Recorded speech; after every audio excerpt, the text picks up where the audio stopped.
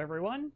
It is time for our weekly live stream, and I hope that you are inside enjoying some nice cool air and not dealing with the heat. I realize I'm talking to people around the world, and there's a lot of people here in the U.S. that are dealing with heat. Texas specifically, I mean, right now it's 102. In a couple hours, it's going to be 104 Fahrenheit, which is awful. And my sprinkler guys were out there working on the side of my yard recently in this incredible heat because I absolutely don't want to do it. And I have follow-up work I need to do, and I was like, nope, not today. And the thing is, I wake up, in the morning, which my morning isn't as early as most people, but I wake up and it's 90 degrees already. I mean, it's already 90. So, I mean, I'm up at 3 in the morning and it's 88 outside. So, I am a big advocate for air conditioning inside my home. It runs a lot. Most of the year, AC runs in my house.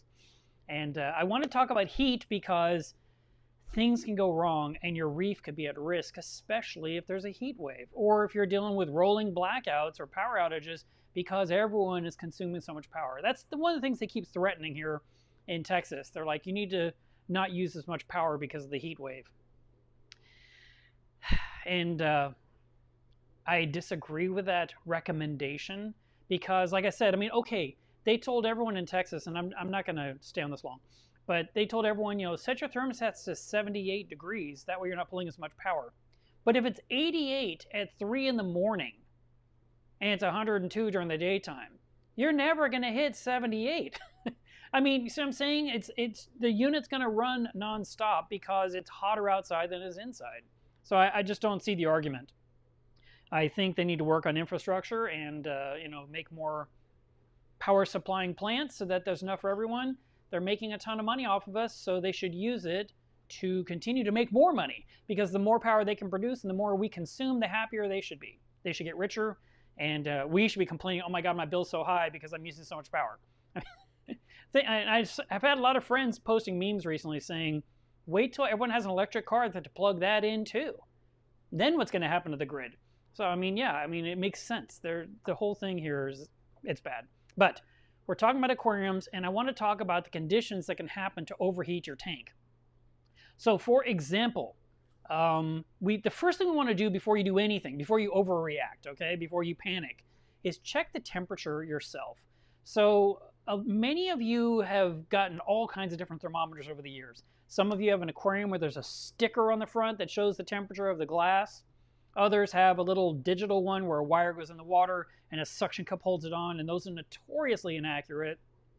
Others may use a glass thermometer that you bob in the tank, or you may have a handheld device you put in the water to measure, or maybe you bought the big temp alert that I recommend that you hang on the wall above your tank that has a wire in the aquarium's water that will then, you can read it from across the room, and you can even set that up to set off an alert or, make an actual alarm sound if the tank temperature gets outside of the range you prefer.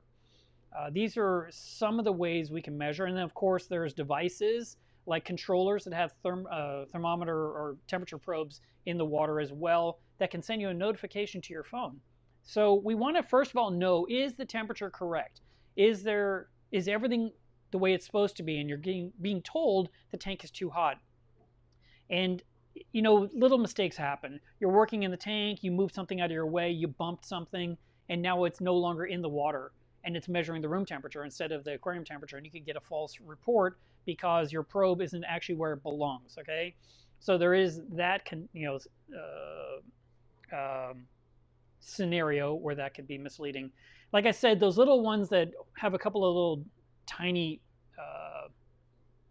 batteries that are digital, they're so often they're wrong, so I don't trust those. I actually believe in just, if you're going to verify, just get the $3 or maybe it's a $5 glass thermometer from the fish store. They usually float, or if they don't, they have a little weight at the bottom of the top of the glass. It stands up and on the substrate, and now we can just look at it and just see if it's actually, agreeing with whatever device you're using.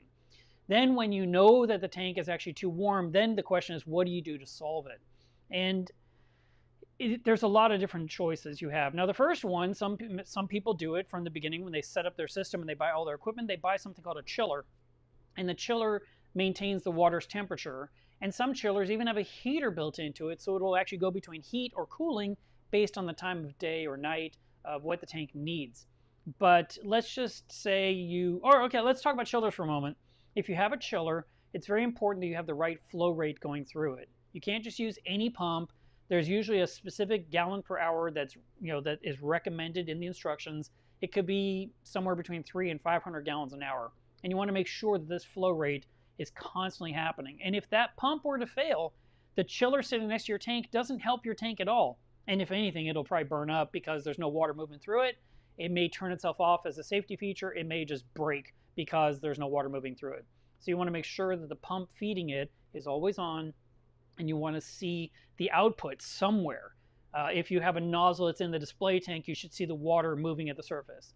If you have the output in a sump, I don't know, tie something like a plastic strip that flaps in the flow so you can literally just glance down and say, yeah, that pump is still running. Or you can walk over and put your hand in front of the output and see if you feel the water hitting it. That's a really good way of verifying, but you have to keep getting your hand wet. So I would try to set up something where you can see it at a glance, and that way you know that it's happening. So we know the water's flowing through the chiller. The chiller's plugged in the wall. It's supposed to be doing its job. The question is, can the chiller keep up? Now, here are some things that can happen. If you are not maintaining your chiller and cleaning it regularly, cleaning the actual screen that traps all the particulates that blow around in the room, it can clog up. Just like an air conditioner screen or filter has to be cleaned regularly, the chiller has to be cleaned as well. You have to maintain it. So you want to make sure that you're staying on top of that and making sure that it can breathe and that the filter is clean. If your chiller is inside a cabinet, you may need to actually open the door of the cabinet to let some of the heat out, because the chiller is chilling water, but the mechanism, the motor, is putting out all kinds of heat.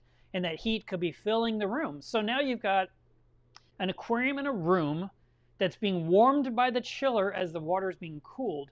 Now, if your air conditioner for some reason fails, or if well, let's just stay with that. Air conditioners failed, the room is warm, and every minute the chiller is running, the room gets warmer and warmer and warmer. At one point, the room is so hot, the chiller may have a hard time cooling the water because the ambient temperature around the chiller is so much.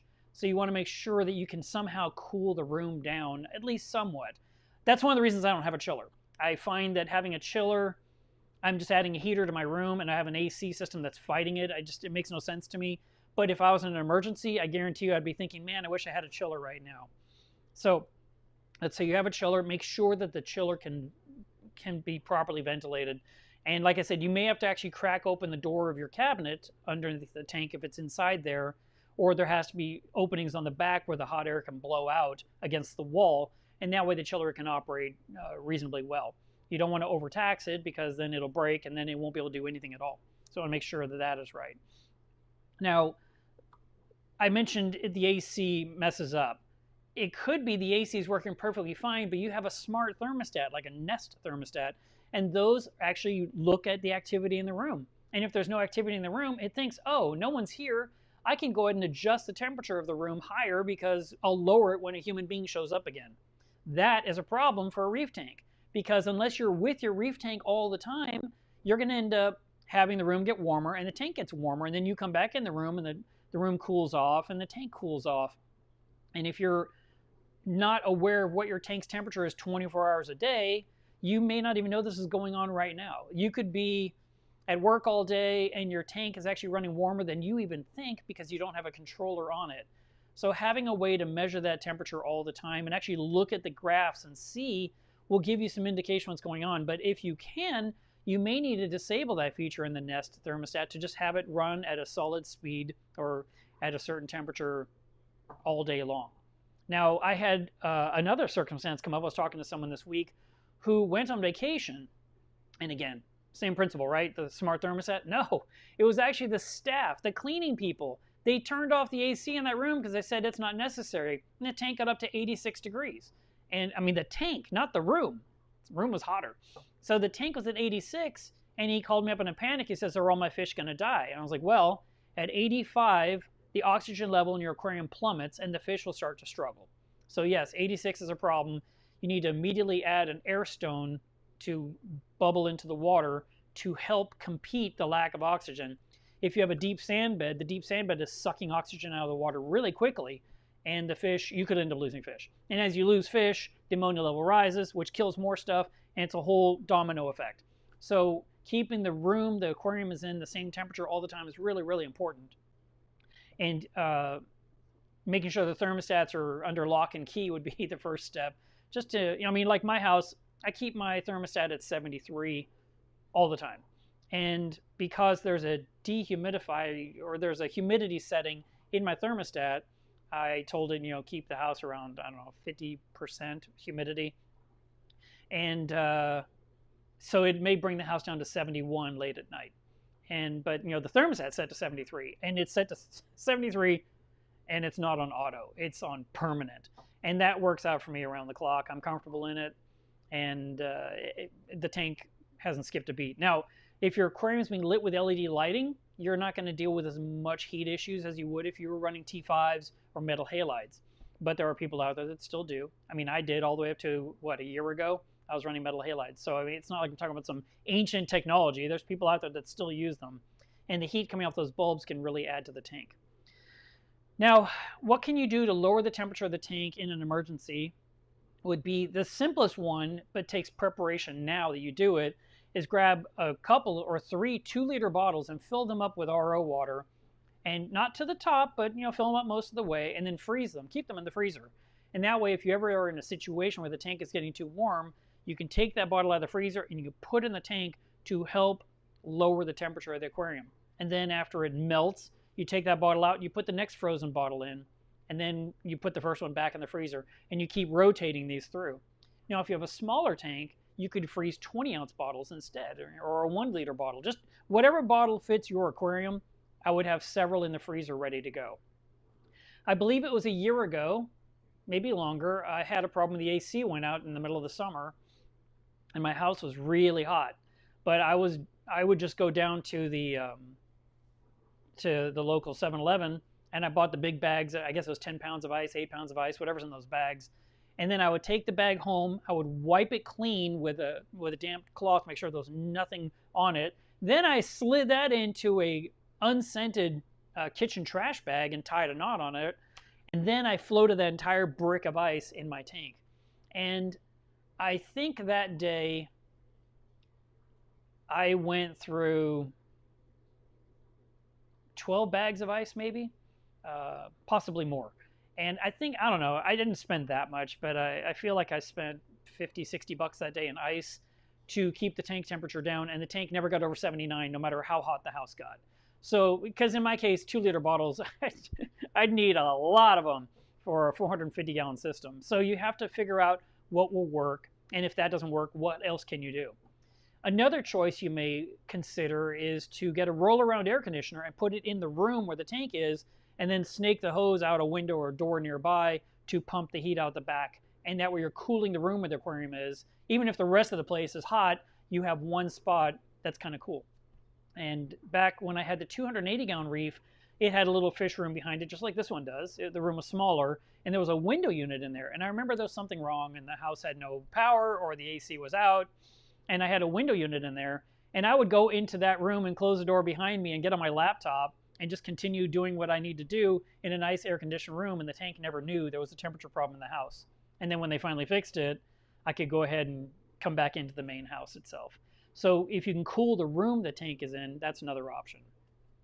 If you don't have access to ice chiller, you don't have access to a roll-around air conditioner, at the very least you can put some cooling fans blowing down on the surface of the water. So you can use box fans, clip-on fans, any kind of fans, not those little tiny computer ones. They may be fine under normal conditions, but when you have a big problem and the tank is warming up, you're going to need a big amount of air blowing across the top.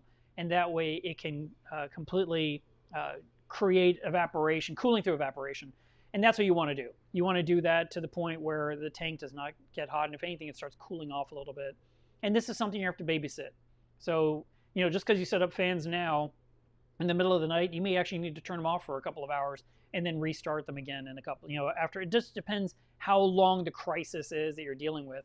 But if you're trying to plan ahead, box fans in your possession or knowing where you can go buy one immediately would be first step. And the frozen bottles in the freezer is another good one that can help when you're in crisis. Now, let's see if there's anything else I left out. Talked about all of that and that and that and that. Good, I talked about all that. Let's talk about heaters. Heaters are such an important topic too, because heaters in the system could actually fail and warm up your tank. So even though everything's perfect, your AC works, your tank's always fine, you know, you've got good thermometers, you've got a controller, the heaters, if they're too big for your tank, they can cook the tank too. And I keep seeing this happen, and I don't understand. Well, I mean, I kind of understand why it's happening. But here's the thing. You need to find out how many watts per gallon your tank needs, and then get the right size heater for your tank. So, for example, let's say you have a 100-gallon tank. I generally recommend 3 watts per gallon. That means you need 300 watts of heat for a 100-gallon tank. Now, what I would do is I'd put in 2 150-watt heaters now to have the right wattage. But if one sticks in the on position, it can't cook the tank. The odds of both sticking in the on position, like literally failing where they cannot turn off, like they have broken internally and they will not stop, for them to both be on the exact same time nonstop is very remote. So don't fear that. I came across someone recently in the Facebook groups that said, I have 2 800-watt heaters. My tank is, I think it was a 240-gallon tank. 240, 270, 210, I don't know, something in the twos. I think that's right. Maybe it was a 180. I don't know. But it, you know, it was a 6-foot aquarium. But the point was 2 800-watt heaters for that tank. And I was like, stop, don't do it. And she just didn't seem to want to listen to what I was saying. To, you know, at least that's the way I read her answers. But after back and forth quite a few times, I realized what she was doing, she wasn't trying to have 1,600 watts of heat. She wanted to have an 800-watt heater to take care of her tank, which was already too much, and an extra 800-watt heater in case the first one messed up. And what by she means messed up, I mean didn't turn on at all, so at least she has a backup heater in the water. Sort of like having 2 return pumps in your tank in case one fails, you have a backup. Now, I've never recommended doing this. I actually don't like this process. I'd much rather see you have 1 return pump in the sump and 1 in the cabinet or closet or shelf or cubby, you know, just nearby. A brand new one sitting as a backup is the way it should be. And that way, if the pump fails, you open the closet, you take out the extra heater, you swap them out, and your tank's back in business immediately. What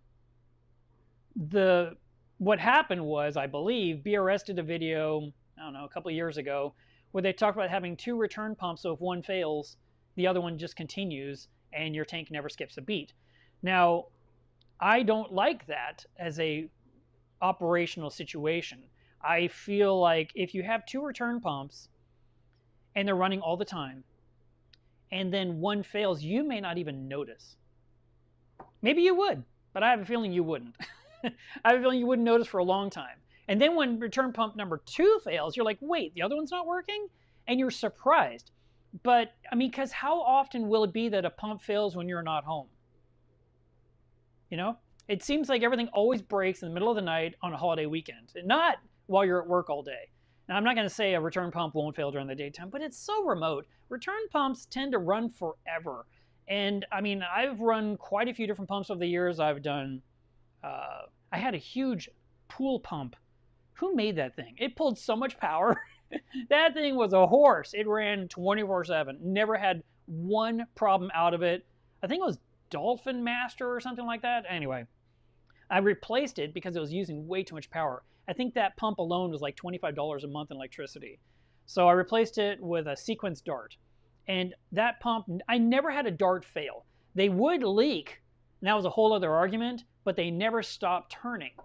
And then I've used mag pumps as return pumps, Eheim pumps as return pumps. I'm using the Abyss on this tank. So I've gone through a lot of different pumps over the years, but I've actually never had a return pump just fail and stop running, ever. Even when I turn them off, they turn back on. I never had one that just stopped. So to have 2 of them operational in my sump, I'm not comfortable with. Now, what I would live with or recommend to you, if you like, and if you have a lot of gear, is have 1 return pump and then have a second pump that runs the manifold. And the manifold feeds all the reactors. And if they are the exact same pump and your return pump fails, you could borrow the manifold pump and give it to the return line to keep that going and take your reactors offline. And you're still operational while you go deal with getting another pump, whether you bring it from Amazon, you go to the fish store, you reach into your closet and pull out your backup that I always recommend. That would be fine. But to just have 2 in the tank and having 2 heaters in the tank and having 2 lights over the tank, like just all these extra things in case one were to break, it should be one more thing as a backup in your closet, not actually installed in the tank. That's my recommendation. So in the case of this lady, who I'm not putting her down at all, when I finally understood what she was trying to do, I said, listen, I'm still worried you have way too much wattage. And she said, well, what I'm going to do is I'm planning to plug them into the Inkbird. And I said, okay, that's fine, but... And then she said, okay, what I'm going to do is I'm going to plug each one into an Inkbird, and I'm going to turn off the one Inkbird. I'm going to have the other one on. So if the other one fails, I can actually open an app on my phone and activate the second Inkbird. I was like, okay, I see where you're going with this. It makes more sense. Still too many watts. So I would recommend make sure you don't have too much wattage in your tank. And this happens to people all the time where they have their heater. They just own one. It's big, and they just use it thinking, well, it just won't run as long. But they can run too long. So make sure you have the right size wattage, total wattage, and then divide that across 2 heaters, and then plug them into a controller like the Inkbird or the Apex or the Hydros or whatever controller you can get your hands on. Some people use the Renko controllers. They've been around forever. And all these are different ways where you can go ahead and you can control limit the risk of overcooking your tank. Now, like I said earlier, I think I mentioned it, at least I thought it, a lot of people will say, I unplug my heaters completely in the summer. They're not even plugged in. And I don't know if that's a good choice, because at least my tank, the heaters come on every single night while I'm asleep. I can see them on the graph, and they kick on for a little bit to bring the temperature up just slightly, and then they turn off again. And if I didn't have the heaters plugged in at night, I think what would happen is my tank would get a little cooler than I would want, and then go back to normal temperature during the daytime because of the room being the temperature, activity in the house, that kind of stuff. The lights are on, everything's running. I don't know, but you would have a larger temperature swing because you don't have that little bit of warmth during the late night hours when everything's at rest. So I don't actually recommend don't having heaters plugged in, but definitely make sure that the heaters are in good shape. They're not ancient. You know, they're still reliable. You physically test them, make sure they feel like they're warming up, that they can actually turn off again. These are very important things you want to know. And a lot of heaters have a little light on them to give you an indication if they're operational or not. And so you can just physically, you know, if you're using an app, you can tell your heater turn on and then go look and see if the light is on the heater, and then switch it back to auto, not to off, so that way it can cycle on and off as necessary. Another thing when it comes to heaters, I never, ever, ever believe the number that's on the top of the heater. So, like, for example, let's say you said, well, I want my heater to be at 76 degrees or 77 degrees, just some number.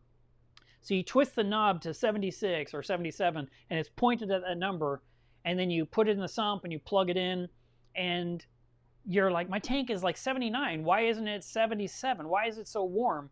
And you can see the light is still on, but the temperature is not the same. Well, first of all, the thermostat and the heater and the thermostat, or the thermometer you're using, may not be a perfect match. So there's that. But what I usually do is whatever my tank temperature is, like let's say my tank right now is 77 and that is my goal temperature.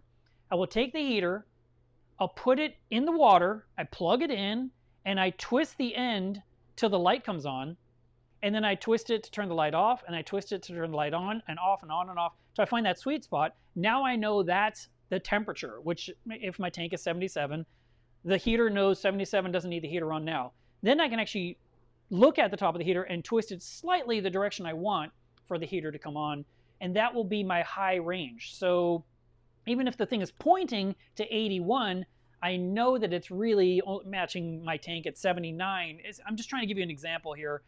Obviously, your mileage may vary on this one, but I wouldn't care what the number says. I just care that it turns on for the right amount and turns off again.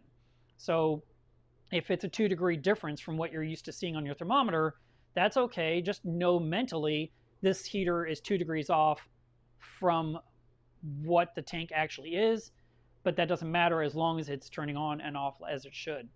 So if you have the heater set up properly, and let's say your controller fails and doesn't turn it off when it should, then hopefully the heater itself will turn itself off when it hits that high range that you set it at.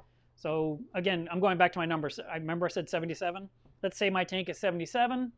My heater is set to turn off at 78.5. My controller, which would be the Apex or maybe an Inkbird or Renko or whatever it is you're using, you may set that to 78. So if for some reason the controller doesn't stop it at 78, when the heater gets to 78.5, it should attempt to turn itself off. And then, like I said, because I divided across 2 heaters, even if it doesn't turn off, it doesn't have the wattage to actually cook the tank. It will want to, but it can't. And that's the important thing. And this is one of the things we can do to prevent hurting our tank, especially in the heat of the summer. But this whole heater topic also works in the winter as well. So those are my thoughts. I wanted to share them with you because I wanted you to be safe this summer and not have to tell us, oh no, I just lost my prized fish. You know, these are things that we put a lot of time into our tank, and then when equipment fails, it can be so detrimental to you mentally because you've put in the time, you've put in the effort, you've taken good care of it, and then something goes wrong, and you just see your money washed away, so to speak. You know, it's just gone. Or the time invested, all the time you spent growing corals, and in one night, boom, they're gone. I mean, that's the kind of stuff that hurts the most because you know that's 9 months of your life you'll never get back. It's literally going to take so long to regrow it to the point of where it was. I'm going to change the way this looks. I recorded something in advance for you. So I'm going to be in a little circle. Oh, not that one. Why is it doing that? Oh, I know why it's doing that.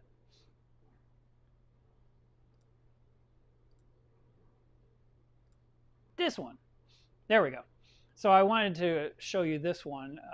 Make sure it's mute. Yep. And you can hear me. Yes. So here's the tank as of, I'd say, 12:30, 1 o'clock in the afternoon today. And so I went ahead and filmed it so we could just enjoy that because I know a lot of times the tank in the background isn't really in focus. So this is the actual look of the tank. It's normally in its blue phase at that hour, and I put a filter on the front of the iPhone to clean it up. Now, the tank behind me right now in my little circle, I've got the lights set to streaming mode to where it's a lot more yellow to make the corals look kind of the right color on camera. So you're kind of getting to see both worlds right now, and I just thought that'd be fun. So what I'd like to do is I'd like to answer some of your questions today. And that is it for talking about heat. So hopefully you guys don't run into any issues. Oh, I do have one more thing I want to talk about before I get to questions. I just remembered because I have a list, thank God. If you have to move a tank now, this month, next month, and because you're moving homes, you're moving to a new apartment, you're moving across the U.S. Someone just asked me yesterday, what am I going to do about my livestock? So I wanted to go into what it's going to take to move your livestock safely under very hot conditions outside. Because bottom line is, no matter what I tell you, you need to take the time to really think through every step. Don't just go at it willy-nilly and say, I got this. That is the stupidest thing you could possibly do, okay? And I usually don't say that. So we want to really take our time to analyze the situation. Like I said earlier, you spend a lot of money, you spend a lot of time. These are your babies. You've named them, you care for them, you watch them grow. So now that you have to move them, just as much forethought has to go into that to make sure that you move them safely for the new setup. So let's say we're moving our tank from across town, first of all. So you may have a 20-minute drive between destinations. That's a lot less stressful on the livestock. You can probably get away with a lot with that one. You might even make multiple trips. And so you're going to have to break down your existing tank. You're going to take the livestock and put it in something, and then you got to get it into something to go to the new location. That right there, first step, what are you going to do? So you have choices. You can use Rubbermaid bins that have lids that snap on top. You can use Rubbermaid trash can that has the big handles on the side to where you fill it about halfway with water and you put the livestock in there, and you and a friend grab each side, grab a handle and carry this trash can of water out to outside, and that will get loaded in your vehicle. And or you can use actual styrofoam coolers like the fish stores do when they receive orders, or maybe you buy corals online and you get everything sent to you in a cooler. where you open the box and there's a styrofoam box and you take off the tape and you open the lid and there's livestock and there might be a heat pack or there may be an ice pack, there may be packing peanuts, whatever, so nothing shifts. That kind of packing could be what you're going to need to do, especially if you're moving further than a few minutes away. Now, what happens when you take the livestock out the front door into the elements, into the weather, into the summer? See, that's where you need to start thinking ahead. So what I would recommend is, if at all possible, have the livestock in the front of the vehicle with you where the air conditioner is. So that way it's climate controlled, where you're keeping the driving area, I don't know, 70 degrees, so you can be nice and comfortable. It's 100 degrees outside, you're 30 degrees different. If you have them in the trunk or in the truck bed or on a trailer, it's in 100-degree weather. So you're going to have to pack it way differently so it doesn't overheat during that drive. Because you don't, and even if you save the salt water and you put that in jugs and you put that in the truck or the trailer, that jug sitting in the sunlight is warming up, and then you get to your destination and your water could be 90 degrees in each jug. You can't even use the water yet because it's too hot. So you've got to bring it in, you got to let it cool down for a few hours before you can put it in the aquarium. So we want to think about every bit of your stuff, your sand, your rock, your corals, your water, your fish. All of that has to be very well protected. So if you are driving across town, you're making multiple trips, you can take things in small amounts. They will fit into the passenger seat, the back seat of the car. You can have the air conditioner going. You can get to your destination. You can set up a trash can with new clean salt water in there, put the livestock in there, or move the livestock with its water into the new water, kind of diluting it, putting in an air stone to an air pump to add oxygen to the water, and go ahead and possibly put in a small heater so that it doesn't get too cold, because if that trash can's sitting on tile floor, the water could cool off and it could get cooler and cooler. While you're worried about heat, this part's cooling off. So you want to maintain your temperature. If your water is always 77 degrees, you want the temperature in that barrel to be 77 with an air stone to keep the fish healthy and happy while you're dealing with setting up the tank anew. The sand itself, if it's 6 months old or less, you can move the sand over and just use it. If it's older than 6 months, I always recommend that you just save a couple of cups of the sand, put it in a Ziploc bag, and then go ahead and wash all the rest of the sand with a garden hose. Just rinse out all the detritus, bag it up or put it in buckets, and take it to your new location, and then pour your rinsed sand into the tank. You don't have to rinse it with RODI. It's not going to still have tap water. It's moist sand. It's sand that's damp. It's not going to hurt your system. You don't have to add dechlorinators because the water's gone. You've poured off all the water. It's just damp sand. Put that in the new tank. Get some salt water in the tank.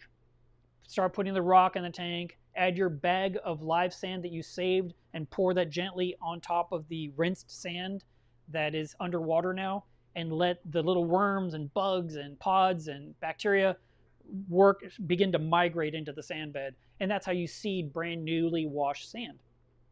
Then you can start moving in corals, and you can start taking fish out of the barrel and put them in the tank.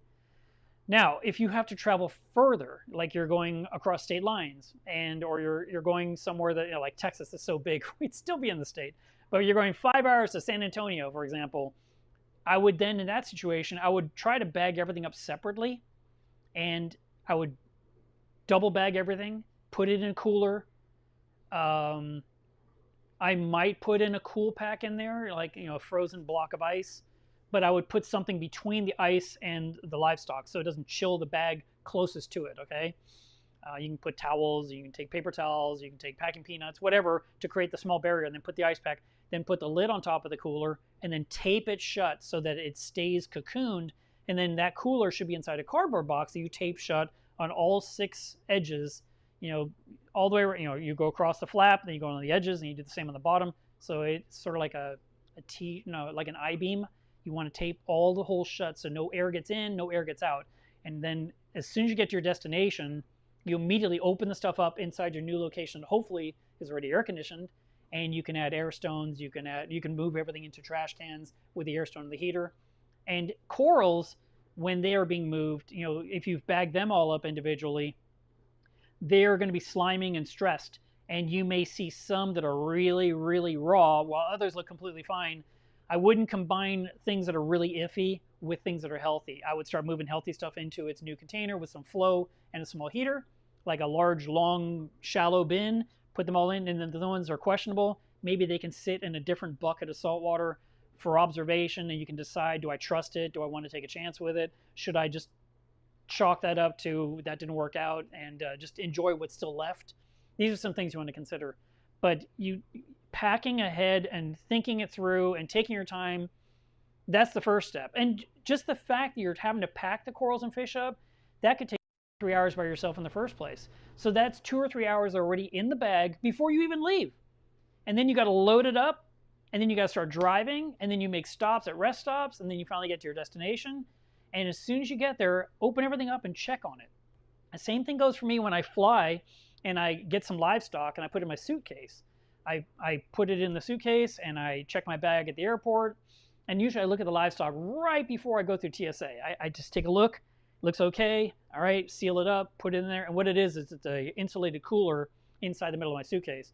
And then when I get to my destination, as soon as I get my bag off the conveyor belt, I go ahead and I open it up immediately and it looks okay. And then I wheel it out and I finally get to my vehicle. And then I go to my car and I open it up and look at it one more time if it looks okay. And by then I'm turning on the AC in my car and cooling the car down. And I can actually leave that cooler open to the ambient temperature of the vehicle because it's in there with me. So these are some of the techniques I use. So I would not leave it in the box sealed and ignore it like it's in the house, it's fine, and go set up a new tank. I would instead check it first, possibly move it into some kind of temporary holding container where there's flow and warmth to make sure it doesn't cool off too much, and then go set up the new tank and keep checking on every 20 minutes, see if everything's okay, make sure everyone's breathing and not gasping. And if all that's fine, then you're good to go. So I hope that helps you with moving during the heat of the summer and that you don't have any losses. All right, now let's get to the questions. Jason's surprised I'm not a morning person. So I'm drinking out of my Milev Reef glass, drinking Milev Reef RO water, not RODI, RO water. It all goes together so beautifully.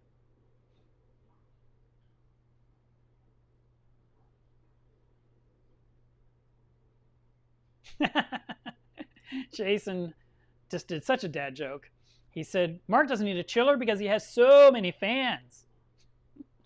Actually, I would love to have the ceiling fan going right now above me, but I don't because it would hit the lights and knock them over. Let's see.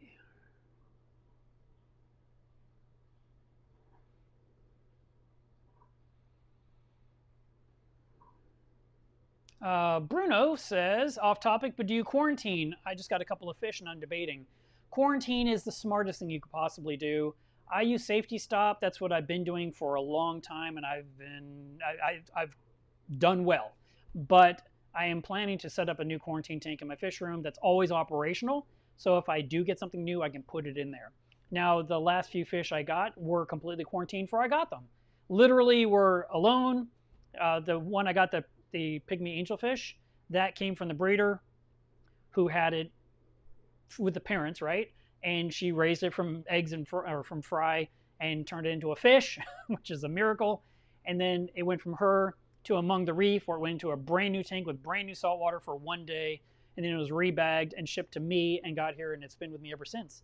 And I believe that fish has been, well, I've had that fish now something like 42 days. Now, the bimaculatus Anthias that I bought, the pair, those were quarantined at a fish store called School of Fish. And that's what they do. When you buy fish there, you wait for it to finish quarantine and then you get your fish then. And so I had those. They were quarantined forever, actually. They were quarantined like a couple of months before I finally got them. And now they've got a Achilles tang that's in quarantine waiting for me to get it. And I've just been waiting a little bit while my tank gets used to the new bioload. Even though it's a couple of fish, I like to take my time. I don't want to just keep throwing fish in there and cause all kinds of chaos. So I'll be getting that Achilles tang soon, pretty soon.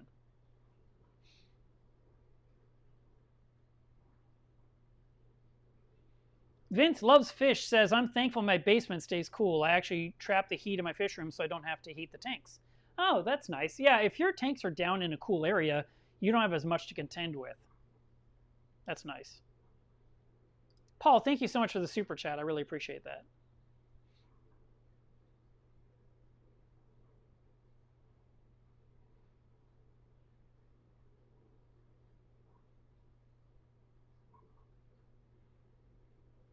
Wow. Corbin says marine grade insulated cooler, air pump or foam filter with an AC power converter. I moved 2,000 miles from Montana back to Texas in the back of the back seat of my truck. There's the rest of it. Skull Squadron says, do you quarantine your inverts? No. Any kind of cleanup crew I get, those kind of invertebrates, if that's what you're talking about, they are inspected visually and then they're added to the tank. And that would be snails, hermits, cucumbers, urchins, conchs, emerald crabs, peppermint shrimp, any other kind of a decorative shrimp. None of those go through a quarantine.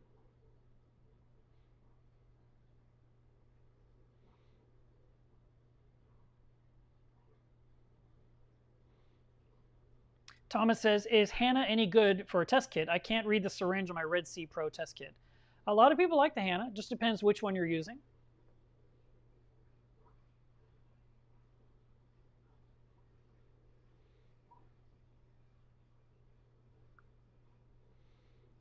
Problem Prone says, I introduced 4 new Red Sea clownfish into my tank, in which I already had 2 clownfish in using an acclimation box. Now, a few days later, my original clowns are beating them up. Any tips? Yeah, it's not going to work. Yeah, if you have a pair of clownfish in your tank, that's it. And it just doesn't work. People want to always keep putting more and more clowns. The only way I think you can successfully put in clowns in a tank is to put them all in on the same day. And even then, it won't work out long term. The fact is that you've got a pair of dominant established fish. They have a home. They are used to it. And then you introduce these new clowns, and they're like, nope, it's not going to be tolerated. And it just really doesn't matter about the size of the tank either. Because, for example, Tammy, she was a clownfish breeder. She's the one that bred all the clowns that are in my anemone cube.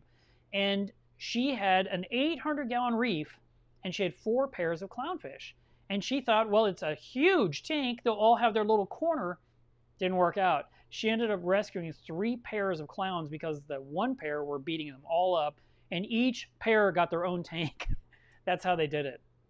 Be Arrested a video where they showed a bunch of clownfish in a tank, and everyone talked about, oh, look, they've mixed all the different clowns together, and it's so cool, and it worked so well, and it didn't. And they continually were removing more and more from the tank because of the aggression.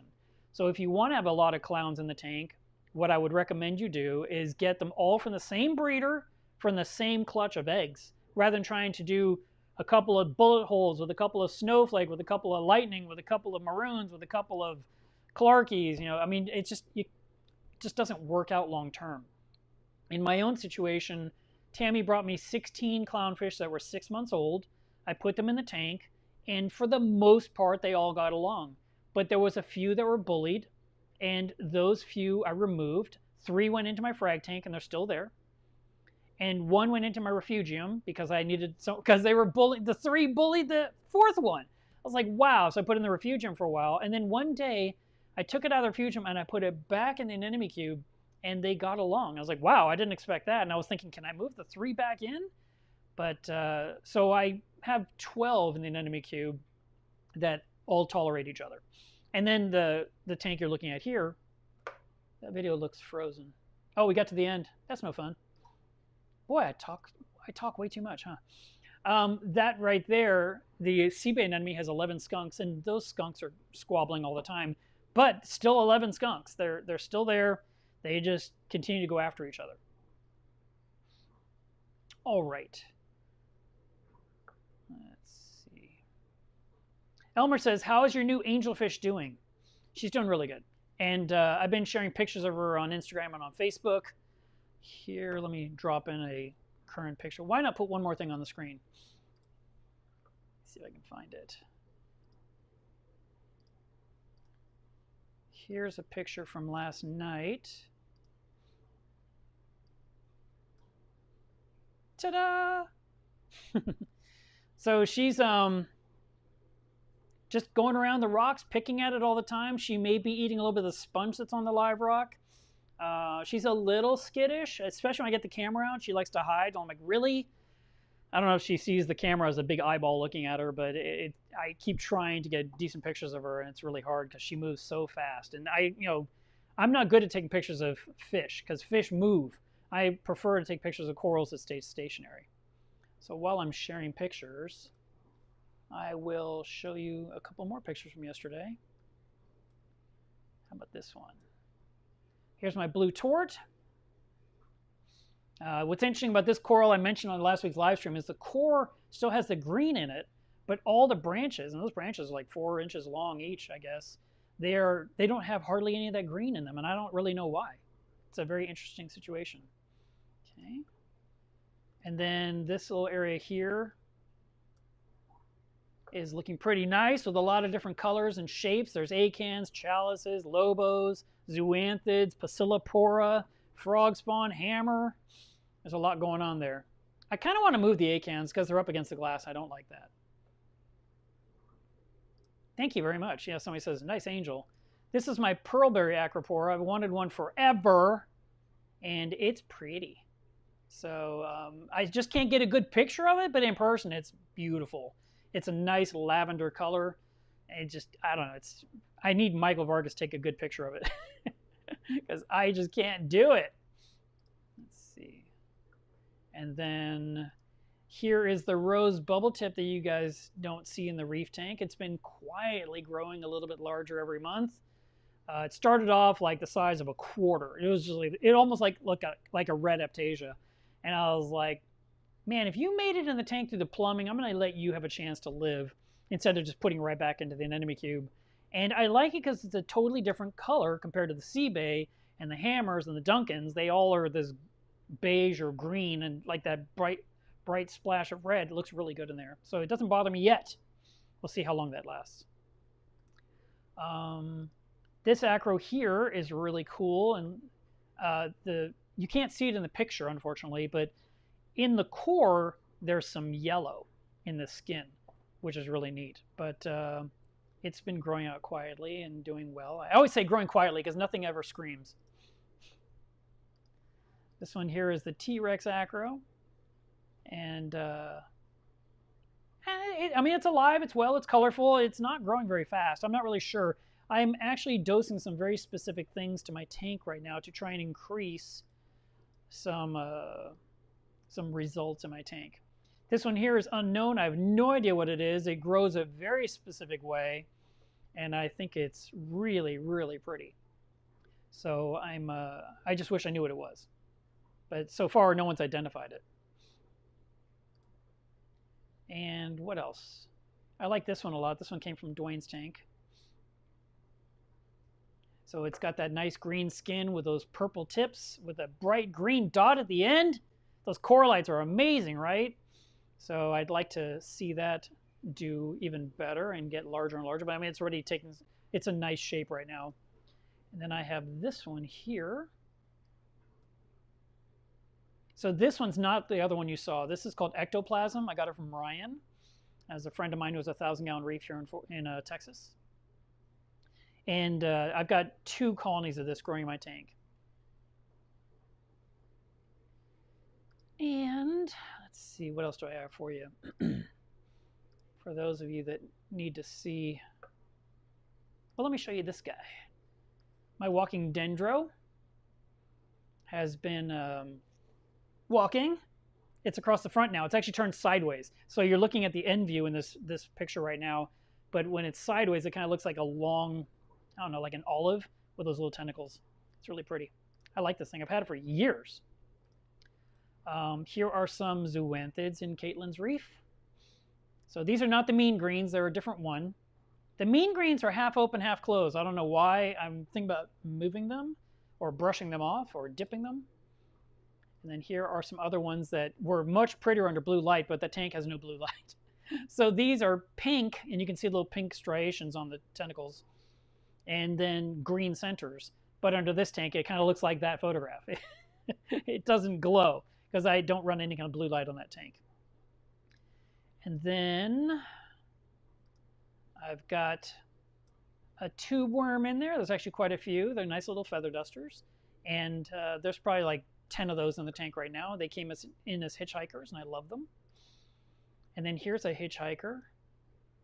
So it's just a type of red Valonia. And I'm like, you know what? They don't even bother me. I'm fine with that. We'll see how big they get. And I also got, I don't know what this thing is, but it's pretty. It could be a cup coral. It kind of has that look of a tubastria a little bit, but the polyp doesn't, you know, I don't even see the polyp. I just see the tentacles. And it kind of has a look of the orange ball, well, we call them orange ball anemones, even though they're in the mushroom family. And you can see each tip has a little ball on there, so it could be that one. Could just be a cup coral. I just don't know. But it came in as a hitchhiker. And then I think I have another couple of pictures you guys might appreciate. Oh, this is also in that tank. I'm really glad it's growing. This is called Halamida. It's called the money plant. It's a type of macroalgae. And it was actually on a couple of rocks, so I'm hoping it'll just continue to get bigger and bigger and be something nice as a backdrop, or just, it's fine. I mean, it'll be a cool thing in the tank. And it's not one that's aggressive that takes over. Here's the walking Dendra again from a different angle. You can see that big old mouth. So it walks around because there's a worm inside its base that pulls it around the tank through the sand bed. As the worm is looking for food in the sand, it yanks the coral along. It's really neat. Here is the Randall goby.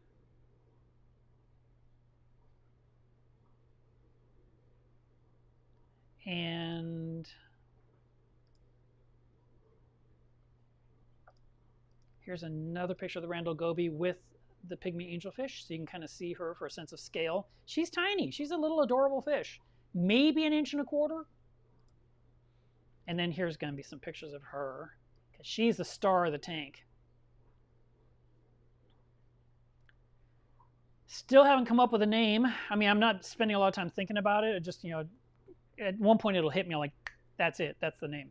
Hasn't happened yet. So there's that one. There's this one. So the easiest way to take pictures of this fish is to use my Nikon with a flash. And that helps light everything up too. And you can see some of the Halamida in this picture right here under my head. And I mean, her colors are just beautiful. So 2 other people I know got this fish and didn't have success. I didn't hear what happened with either one, but theirs weren't alive. Mine is. I'm really glad mine is. I got lucky. So this was tank raised, in case you didn't know that. And at this point, it is coming up on 11 months old.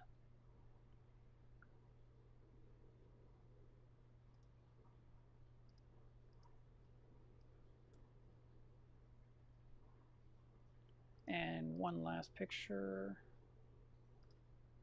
And then we'll go to the next question. Look how awesome she is. So they're all female. And then when it's needed, one will turn to male. All right. Go come back to this one here.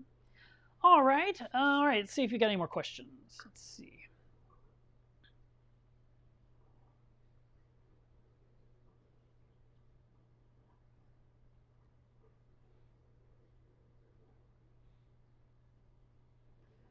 Curtis says, could you keep a porcupine puffer happily fed enough that you could put it in with a harlequin shrimp, or would it eat it regardless?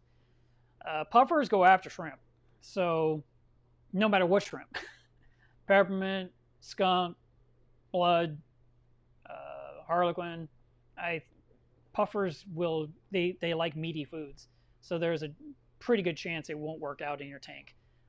So that would be an expensive meal. I wouldn't recommend that.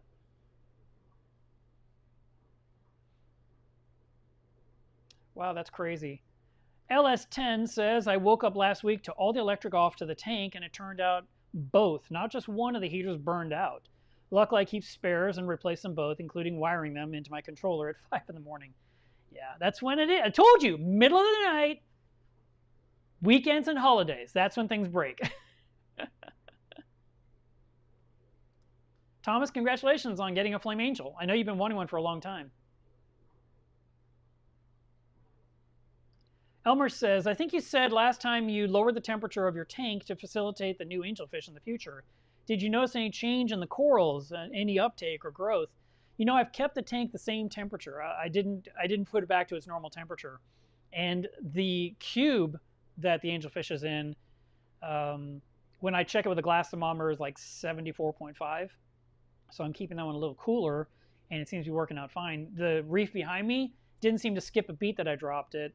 And if anything, I'm kind of glad I lowered it because, I mean, any kind of a big swing of temperature is bad.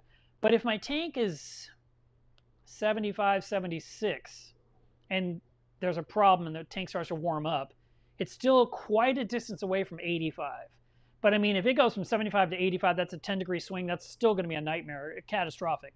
So that's still a disaster. But if I can stop it at 79 or even 80, I'm still well below that part where the oxygen level plummets, which is really good. So I'm actually kind of comfortable that I made that switch to lower it a little bit. Plus, when I take water from the reef to do a water change into the little cube, the temperature is the right temperature. It's not like I'm sending water from a warm tank into a cool tank. So that all works out. But I haven't seen anything negative or positive when it came to coral growth. It could be too soon. I mean, I made the change, like I said, 42 days ago. It's been a month and a half. Well, you know, it's getting there. But yeah, everything just seems fine, like it didn't really make a difference. Right now, the tank is 76.7 behind me. So almost 77 degrees.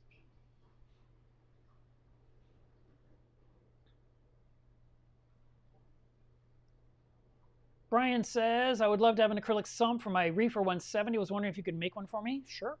Yeah, we can definitely talk about it. I've got a couple of sumps right now I'm trying to get finished before I go on my little vacation. So I've got a lot to get done in the next 10 days.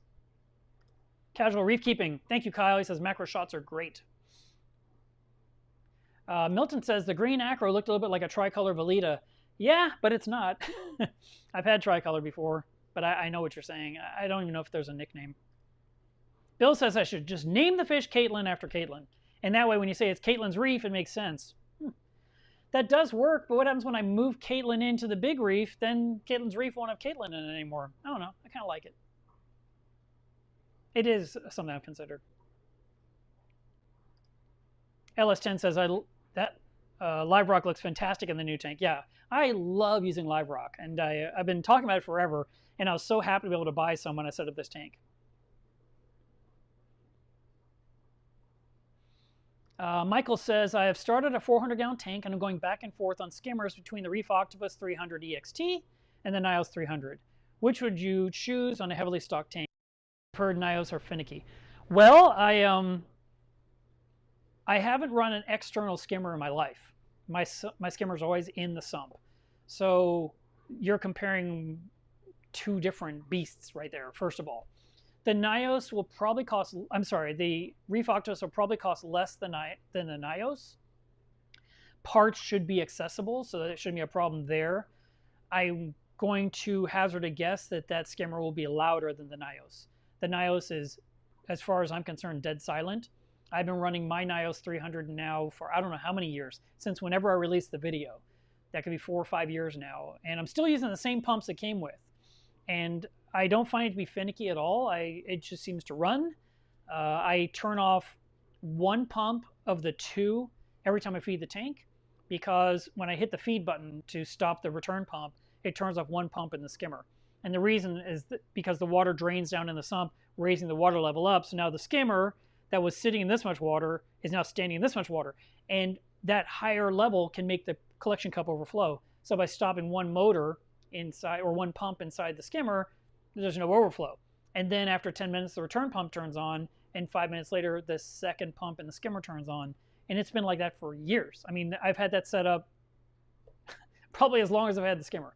And it works perfectly. It turns on every single time. I take it apart once or twice a year for deep cleanings, but I don't find it to be finicky at all. The only difference that I can tell you is that the knob to adjust the height is backwards than what you think. And I mean, it's marked correctly, but you're never thinking turn it that way. You know, the whole righty-tighty, lefty-loosey thing that we do automatically, you have to go the opposite direction what you think to change the water level in the body of the skimmer. And more times than not, I stick my head under this, you know, under the tank, over the sump. I'm looking at the knob to make sure I'm turning it the right way when I have to make an adjustment. But no, I'm very happy with it. It uses very little power. That I don't know if it uses less power than the Reef Octopus. It might. So that is another perk. For me, it was the silence. It does a great job. I tend to think my tank is heavily stocked. Others might disagree and say, no, I've seen way more. But you've seen my tank when it was full of coral. And right now, the tank is a little bit lighter looking because everything's growing in again after last year's debacle with the potassium. But I don't have a huge bio load of fish. I have a decent load. I think there's about 30 fish in the tank behind me. And I'm about to add one more. So I'll make it 31. Well, there you go. Reef Keeper says he loves his RO300 external. There you go. Works fantastic. So now I love my Nios. He loves his Reef Octopus. Now you get to pick what you want to buy. And I think I'm going to wrap it up here. I've got stuff to do today, guys. So I do appreciate that you came for the live stream. I hope that I answered some of your questions. And I do want to wrap up reminding you today is Water Test Saturday. I just tested all my water 2 days ago, so I'm a little bit ahead of schedule. I wanted to verify some things, and I just got all the kits out and just went to town. I also had sent off an ICP test on Tuesday.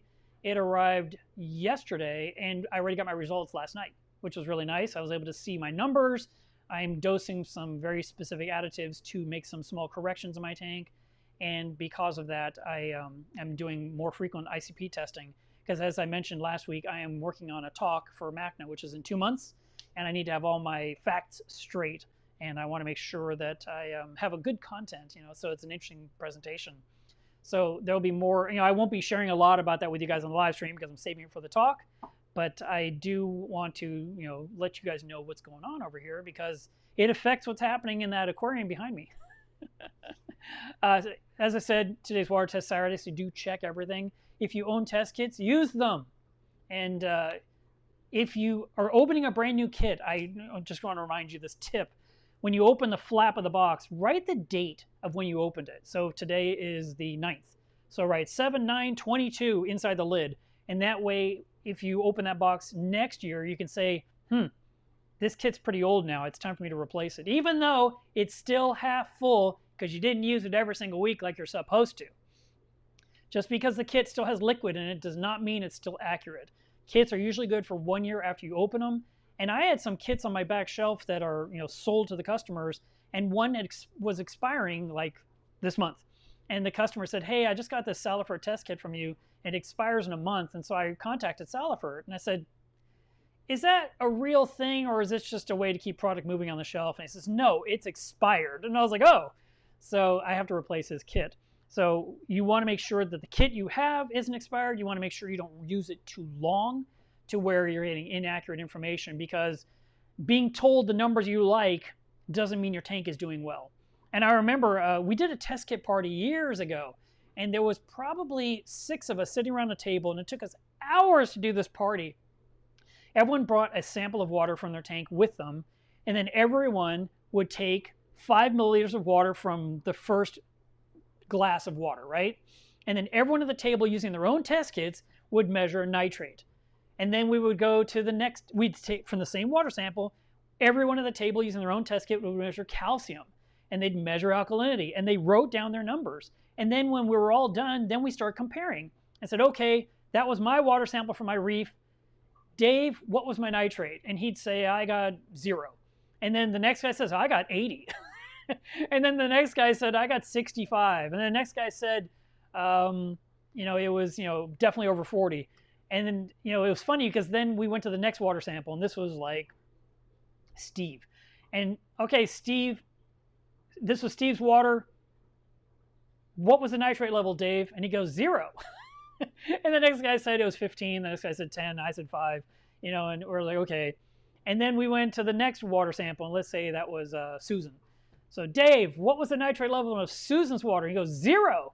And at that point, we started laughing. We're like, everyone's like, I will buy that kit off of you because I want zero nitrate. Because back then, we actually wanted low nitrate. That was the goal. Nowadays, you guys are all complaining, I don't have any nitrate. I need to dose it.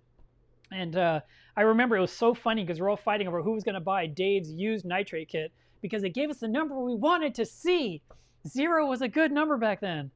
And but no, that was a fun, it was a long party. But it was really interesting to kind of see how Salifert did versus Nios, or whatever the brands were. Back then, it was probably API, Salifert. What else did we have? I don't think there was Elos yet. I don't think there was Nios yet. I don't think there was Red Sea yet. Maybe Red Sea was, yeah, I think maybe there was some Red Sea users. So it was very interesting to kind of do comparisons and see how they did with 6 different sources of water. And, of course, then we also had to look at how each person did the test, and did they do the test correct?